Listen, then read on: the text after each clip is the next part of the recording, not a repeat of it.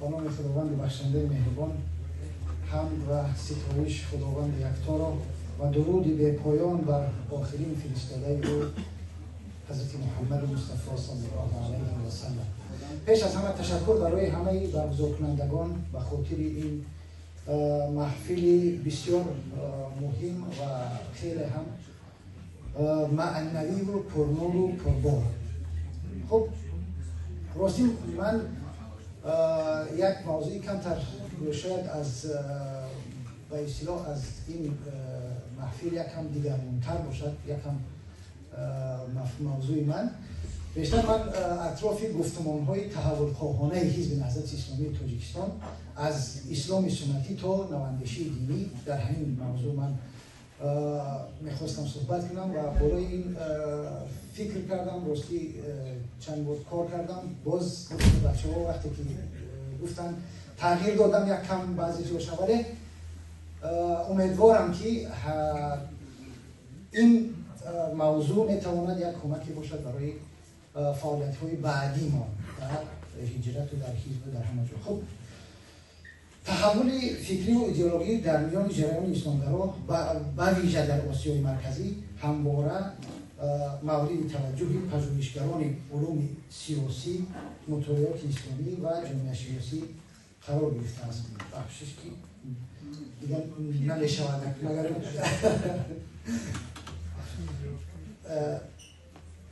حزب نهضت اسلامی تاجیکستان به عنوان تنها حزب اسلامی رسمی در منطقه در این پژوهش‌ها جایگاهی ویژه پیدا کرده است. منطقه آسیای میانه به خاطر بافت اجتماعی، تحولات سیاسی و ایدئولوژی و موقع حساس ژئوپلیتیکیش همیشه در مرکز توجه پژوهشگران و دایره‌های تحلیلی منطقه‌ای و بین‌المللی بوده و تا حال هست. پژوهشگرانی مانند الیور روی، ادین خالد، ظهور اسلام سیاسی در آسیای مرکزی و خصوص حرکت‌های اسلامی و مخصوصا نهضت اسلامی تاجیکستان را در بستر گذار از ایدئولوژی شوروی جستجو کردند و فکر آنها معتقدند که در نبود نهادهای دینی قوی در وقت همون در زمان شوروی، وقتی که نهادهای قوی دینی مثل مفتیات و نمیدونم مسجدها و اینها نبود، حرکت‌های اسلامی توانستند که با گفتمان عدالت، هویت ملی، فرهنگ دینی جایگاه اجتماعی خود را تقویت کنند. اما در این میان شخصان مانند هلن تیبولت، این یک نویسنده است که در کتاب ترانسفورم تاجیکستان نوشته است و از جمله در این کتابش درباره در شهر خوجند در نهضت با مردم چقدر صحبت کرده است و خاطرات مثبت و بعضا منفی از نهضت در خوجند در این کتاب آورده است و در مصاحبه‌های دیگرش هم دیدم که در این باره خیلی صحبت کرده است. این میگه که همین تحولاتی که در بگم که روندی پیدایش همین چیزا را از نقطه دیگر دیده است، در روندی سکولاریزه شدن حکومت و فشار به جریان‌های دینی، از این روند و قضیه در قضیه حرکت‌های اسلامی در آسیای میانه نگاه کرده است. یک قسمی تحولات فکری در نهضت اسلامی محض در همین دوران و زیر تاثیر فشارهای داخلی و بین‌المللی صورت گرفته هستند که همین نویسنده در کتاب خودش بسیار تاکید کرده است که فشارهای حکومت تاجیکستان باعث شد که نهضت اسلامی تاجیکستان از بعضی از گفتمان‌هاش تغییر بده. برخی محققان تاجیک سیر تدریجی نرم شدن گفتمان نهضت را استراتژی تطبیقی برای بقا تفسیر کردند. یعنی بعضی از این دانشمندان میگن که حزب نهضت اسلامی تاجیکستان گفتمان‌های خودش، همون خطاب خودش در جامعه به خاطر آن تغییر داد که در خودش حفظ کنند، به خاطر بقای خودش مجبور بود که همین چیزاش حفظ کنند. اما یک گروه دیگر بر این باور هستند که حزب نهضت اسلامی تاجیکستان آگاهانه بگیم که گفتمان خودش رو تغییر داد و از بعض مفهوم‌ها با مفهوم‌های دیگر گذشت. ولی با گفته این محققان، اکثر این محققان بر این نظر هستند که ولی موقع خود حزب نهضت اسلامی تاجیکستان در این باره تا حال ناروشن باقی مانده است و امیدوارم که بعداً حداقل این سخنرانی بتواند که یک چیزی پیدا شود در آینده حزب در این باره فکر کند و موقع رسمی شود و یک شکل اعلام شود. البته گفتنی است که در این باره درباره گفتمان‌های حزب شاید بتوان از خلال سخنرانی‌های رهبران حزب و بیانیه‌های آن بعضی چیزها را پیدا کرد، ولی محققان و این اکتفا نمی‌کنند و می‌خواهند که در این زمینه یک چیزی روشن‌تر از حزب به هر حال منتظر انتظار دارند. خب تحول گفتمان حزب نهضت اسلامی تاجیکستان در دوره‌های مختلف صورت گرفته است. از جمله ما دوره اول این تحول را می‌توانیم در از سال 1973 تا سال 1989 گفتمان اسلامگرایی سنتی است. یعنی در نخستین مرحله از فعالیت‌های حزب نهضت اسلامی تاجیکستان گفتمان مسلط آن در چارچوب اسلامگرایی سنتی قابل بررسی است. این گفتمان عمدتاً تحت تاثیر آموزه‌های کلاسیکی فقهی، جنبش‌های اسلامی قدیمی و تجربه سرکوب‌های دینی در زمان شوروی صورت گرفته است. در این مرحله نهضت اسلامی بیشتر از آن که یک حزب سیاسی باشد، یک حرکت دینی و یک حرکت مبارزه بر ضد خرافات داشت و همچنین گسترش اسلام بیشتر چیز می‌کرد و مشغول تعلیم تربیه بود.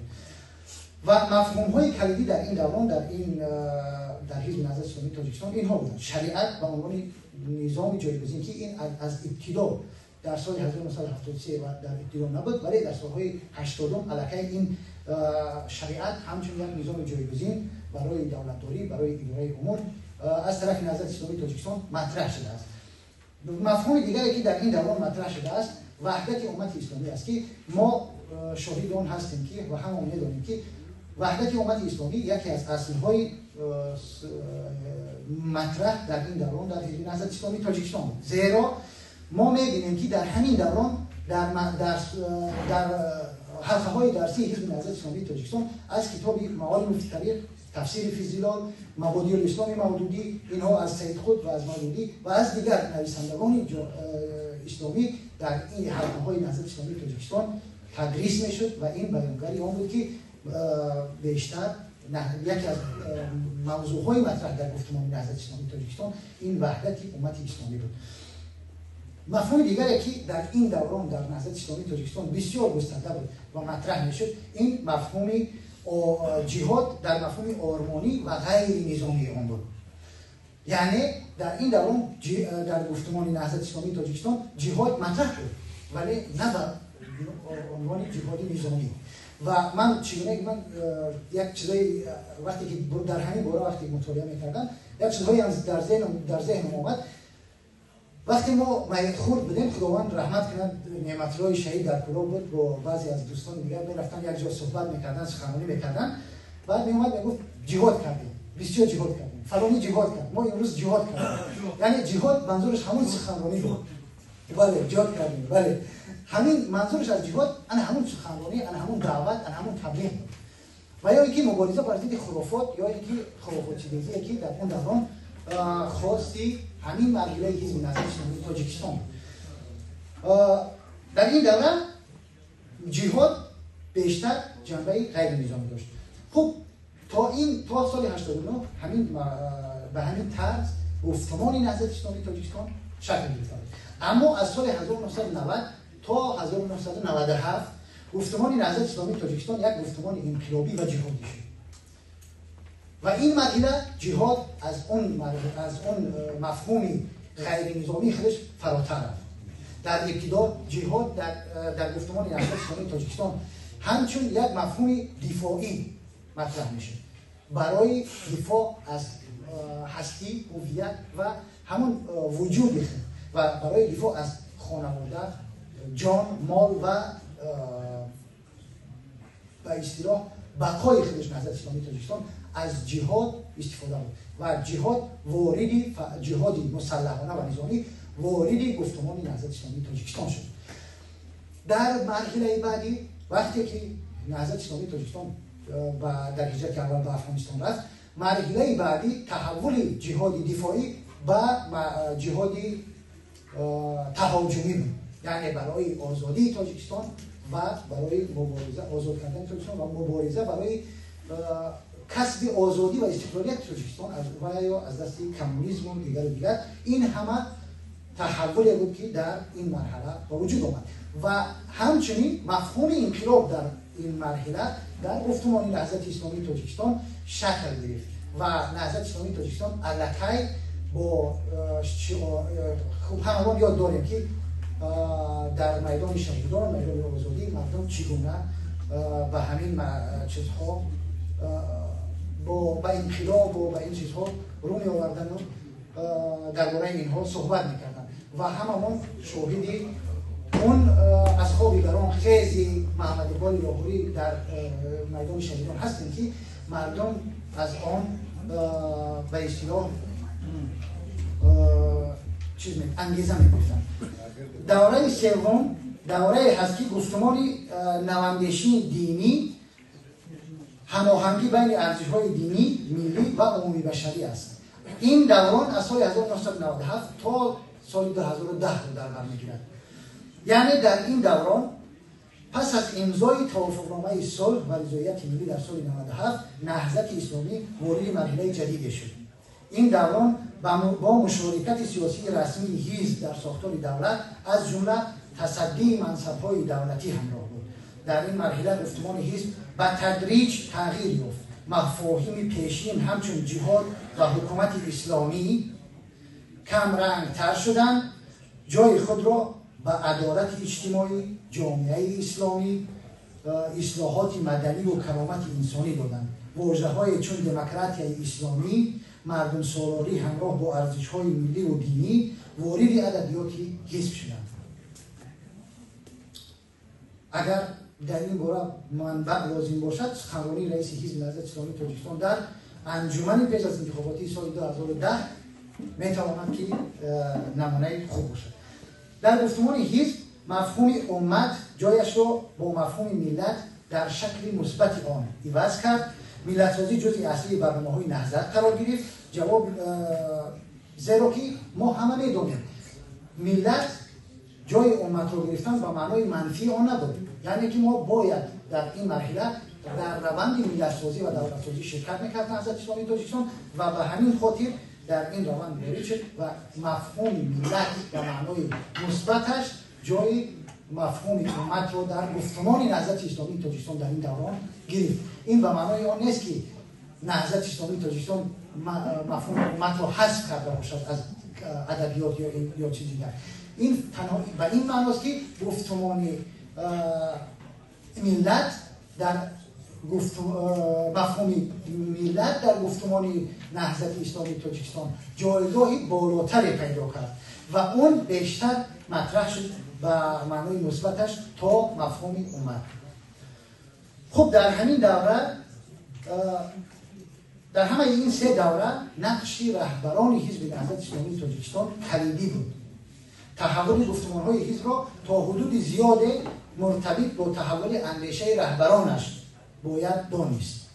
خیلی که ما می‌بینیم که استاد سید عبدالله نوری در ابتدا همچون یک رهبر یک حزبی سازمان جوانان مسلمان تنها هدفش برای مبارزه برای خرافات ستیزی و این چیزا بود، بگیم که تعلیم و تربیت اینا بود. ولی با مرور زمان وقتی که تحولات فکری در او وجود آمد، اون تحولات فکری و چی در استاد همت‌زاده و چی در استاد نوری وارد بدنه حزب شد و آهسته آهسته این تحولات صورت گرفت. به خصوص پس از امضای سازشنامه صلح استاد نوری به رمز وحدت و همزیستی در جامعه تبدیل یافت و استاد همت‌زاده از نگاه نظریوی و فکری موضوعهای دموکراسی اسلامی، قانون محوری و نواندیشی دینی را وارد گفتمان حزب کرد. در واقع این دو نفر به طور عجیب همدیگر را تکمیل میکردند. استاد همت‌زاده از نگاه نظری اندیشه‌های را مطرح میکرد و استاد نوری با نفوذی کاریزماتیکی که داشت آن را در بدنه حزب عملاً وارد مینمود. بعدی در گذشت استاد نوری و رهبری استاد محیدین کبیری این روند مثل گذشته پیگیری شد. جنبه‌های انسانگرایانه و ارزش محوری در داخل حزب تقویت یافت. همکاری با جامعه شهروندی، ژورنالیستان، سیاستمداران، پژوهشگران به طور وسیع راه اندازی کرده شد. میراث و اندیشه استاد نوری و استاد همت‌زاده در میان همه نسل‌ها و قشرهای جامعه جاری شد و محدود به قشر دینی باقی نماند. یک واقعیتی که این رو باید خوب بررسی کنند. من واقعا میگم که من در این باره مطالعه کردم، یک کمی دیدم که ما نهضت اسلامی تاجیکستان و چی اندیشه های رهبریش و چی سیر تحول فکری نهضت اسلامی تاجیکستان خیلی غریب مانده است و روی آن کار نشده است. خب وجهه بین‌المللی هیچ در همین زمان بهبود یافت و نهضت همچون یک نیروی صلح‌آفر و ملت ساز در جامعه معرفی گردید. دوره چهارم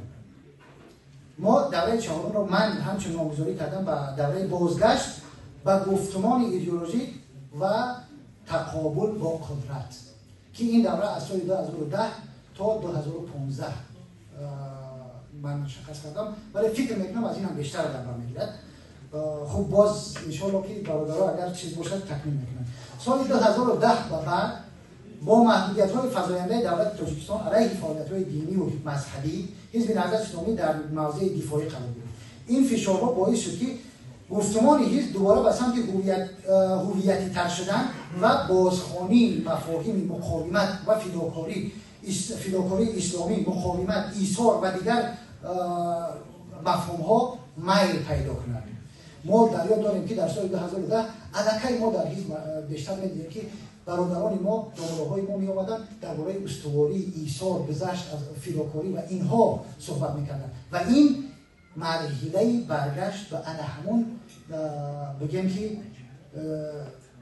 تقابل با حکومت، مرحله ایدئولوژیک شدن و همین در این مرحله حزب نهضت اسلامی تاجیکستان می‌خواست از تجربه برخی حزب و حرکت‌ها برای متقاعد کردن اعضا و جانبدارانش در زمینه دموکراسی اسلامی و همزیستی اسلام با سکولاریسم استفاده کنند و همین خاطر در انجمن خود نمایندگان را از اخوان المسلمین، حزب پس از مالزیا و جنبش‌های اسلامگرای منطقه دعوت نمود که باعث تردید وضع دایره‌ها در میان‌روی آن گردید. یعنی دیگر حزب نهضت اسلامی تاجیکستان رو می‌گفتند که این حزب یک حزب بگیم که داخلی نیست، با مربوط به حرکت‌های دیگر است و با اونها ربط می‌دادند یک کم در دایره‌های غیر بیرونی، یعنی با آن دیگر خیلی می‌دادند. واژه‌های صبر، استقامت، استواری، ثبات و غیره در این مرحله وارد گفتمان حزب شدند. در واقع اکثریت اعضای حزب که خود را فریب خورده می‌دیدند، یعنی حکومت آنها را فریب کرده بود بعد از صلح، از نگاه روانی و اعتقادی در وضعیتی ناگوار قرار گرفتند. برای آرام ساختن آنها حزب نهضت اسلامی تاجیکستان بار دیگر به اسلامگرایی کلاسیکی روی آمد. اما پژوهشگران بین‌المللی این برگشت را یک نوع زمینه برای برگشت به دوران جهاد و مبارزه مسلحانه تعبیر کردند و فکر می‌کردند که نهضت اسلامی تاجیکستان باز هم می‌خواهد به همون مرحله جهاد و مبارزه‌اش برگردد. حزب نهضت اسلامی تاجیکستان حساسیت وضعیت خوب درک می‌کرد، به همین خاطر تلاش کرد و همه فشارهای حکومت از راه قانونی جواب دهد. دوره آخر است و این دوره خیلی از همه مهم، دوره هجرت و فضای نوی، تجدید هویت و گفتمان است. این شاید که همه چیزی من در همینجا خلاصش برای همین مهم است. خواهش میکنم بگویشون اکو وقتی مهاجرت تنها جابجاشوی فیزیکی نیست، بلکه فضایی برای بازسازی هویت سیاسی و فکری میباشد. هجرت برای حزب نهضت اسلامی تاجیکستان پس از سال 2015 چند مفهوم اساسی گفتمانی به وجود آورد که هر کدام نیاز به بررسی عمیق دارند. گفتمان مظلومیت، حقوق بشر، عدالت. یعنی که حزب نهضت اسلامی تاجیکستان در هجرت این مفهوم‌ها و برای حزب و اعضای آن از جایگاه بالایی برخوردارند. از اولین روزهای هجرت نهضت در برابر بازسازی خود و فکری همکاری با نهادهای حقوقی بشری و سازمان‌های دیگر بین‌المللی افتاد. مظلومیت حزب نهضت اسلامی تاجیکستان بر گوش همه سازمان‌های بین‌المللی از پایین تا بالا رسانده شد. یعنی مظلومیت در اینجا به معنای این است که انا همون حقانیت حزب نهضت اسلامی تاجیکستان و این که ناعادلانه حزب بسته شده است و جامعه جهانی و دیگر سازمان‌ها رسانیده شود. از جمله با تلاش حزب نهضت اسلامی تاجیکستان از январи соли 2016 вакилони турк ба ҳамроҳи як вакили рус ба тоҷикистон фиристода шуданд барои ҳимоят аз зиндониёни сиёсӣ. ин фаъолиятҳои наҳзати исломии тоҷикистон дар ҳиҷрат аз инҷо оғоз шуд. чандин тазоҳурот ва гирдиҳамоӣ дар назди сафоратҳои тоҷикистон дар кишварҳои дигар роҳандозӣ шуданд. бо талоши наҳзати исломии тоҷикистон бархи созмонҳои дигар парвандаи зиндониёни сиёсӣ ба кумитаи ҳуқуқи башари созмони милал фиристода шуд. хуб чандин ҷудои дигар сурат гирифт ки бо охирини онам мо дидем ки ҳамин рафтани парвандаи ҳукумат ба парвандаи ҳамон мақомоти ҳукуматӣ ба додгоҳи байналмилалӣ гард буд. хуб як нукта ҳаминҷа бисёр муҳим аст бародарон. бисёриҳо мегӯянд ки ин барои масалан фоидаи ин чист, фоидаи ҳамин ҳукм чист? бародари азиз, мубориза бо як диктатори ғайри машрӯъ ва аз тарафи як созмони байналмилалӣ маҳкум шуда осонтар аст ё мубориза бо як диктатори машрӯъ ва оне ки дар ҳама ҷо рафту омад карда метавонад, озодона дастугузор карда метавонад. бовар кунед ин ба муборизаҳои баъдӣ бо ҳар роҳе бихоҳад мубориза барад машрӯъият мебахшад ва ин як кори қадами аввал ва хеле муҳим аст ки набояд онро нодида гирифт. хуб масъалаи дигаре ки мехостам дар ин ҳувоишон дар тои сар мистода дигар ки мадар бас нуқтаи муҳим ва қобили таваҷҷӯҳ он аст ки дар тамоми ин давраҳо ва таҳаввулҳои гуфтумонӣ ҳуввияти динии ҳизби наҳзати исломии тоҷикистон ҳифз шудааст. набояд инро нодида гирифт. ҳатто дар ҳама марҳалаҳо меъёри аслӣ яъне ва ҳамон ҳуввияти аслии ҳизб ҳифз шудааст ва танҳо қироатҳо ва гуфтумонҳо фарқ кардааст.